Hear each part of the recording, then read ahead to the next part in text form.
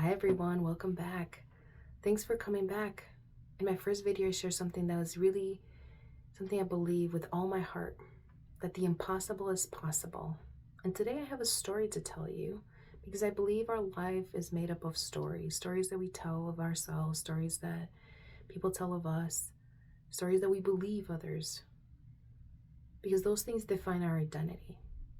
So today I'm going to tell you a little bit more of a personal story about myself. This morning I went to church and the title of the sermon was Be Somebody. And when I heard those words, I smiled, not because I'd planned it, but because I'd already decided that today was the day I was going to share this part of my journey.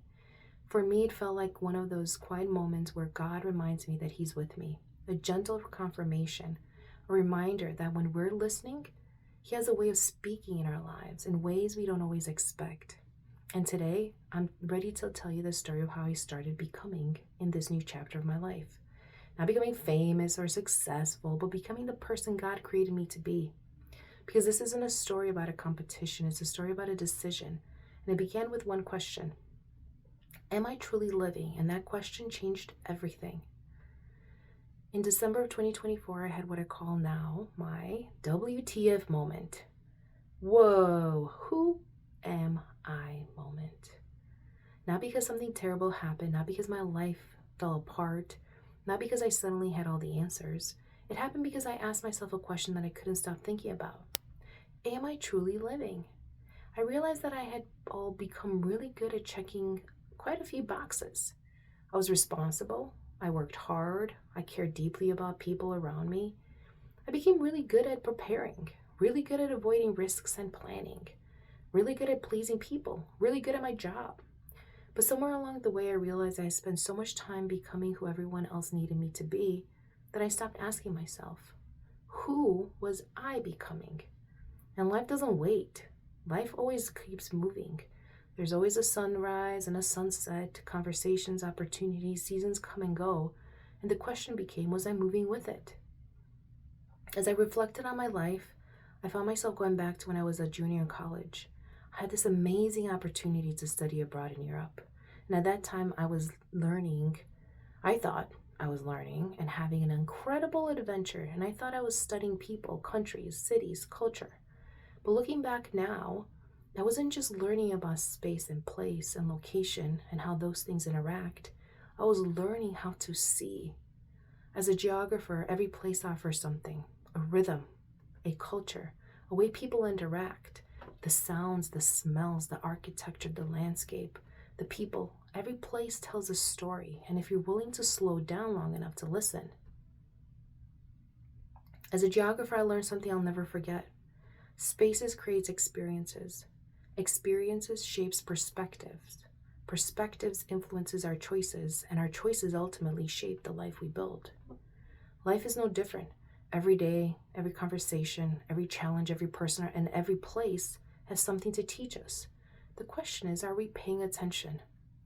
When the new year came, I made a New Year's resolution, as we often do, and I decided that this year, 2025, was the year I was going to take action. And the first thing I did was I canceled my gym membership. Yup. Yes, I did. I didn't know exactly what I was going to do next. I didn't know where the journey would lead. I simply knew I couldn't keep standing still. I had to move. I had to participate in my own life. Not because I had certainty, but because I had faith. Faith that there was more. Faith that God wasn't asking me to understand every step, only to take the next one. And faith wasn't the absence of fear. Faith was deciding to move before I knew where the path would lead. One thing you'll learn about me is that I've never believed leadership is about standing in front of people. I believe leadership is about walking beside them. I don't want to inspire you from a distance. I want to walk beside you by choosing courage in my own life first. I never want to ask someone else to take a courageous step that I'm unwilling to take myself. If I encourage people to chase a dream, then I have to chase mine. If I tell people to embrace uncertainty, then I have to embrace it too. If I believe the impossible is possible, then I have to be willing to live like I believe it. And that's where I started, and that is the reason I started this channel. Not because I have all the answers and not because I figure life out, but because I believe we're meant to grow together, to ask better questions, to think differently, to experience life more deeply, to choose action over fear, and to become the people we were created to be, and to remember who you are. Tomorrow begins voting for the next runway star. And some people may wonder, why would you enter a competition like that?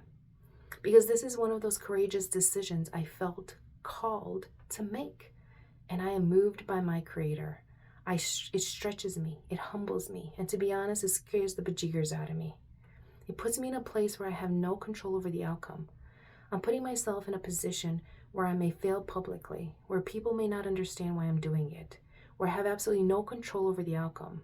But that's exactly why I chose it, and why it chose me, more importantly.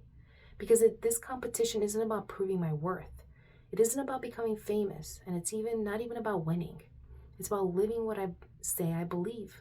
It's about choosing action before certainty, faith before comfort, growth before fear. I don't know what tomorrow will bring. I don't know what the next second will be. I don't know how far this journey will go. But I do know this.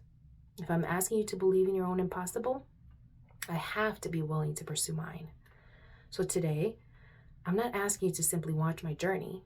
Of course not. I'm inviting you to take the first step in your own, because I believe something with all my heart.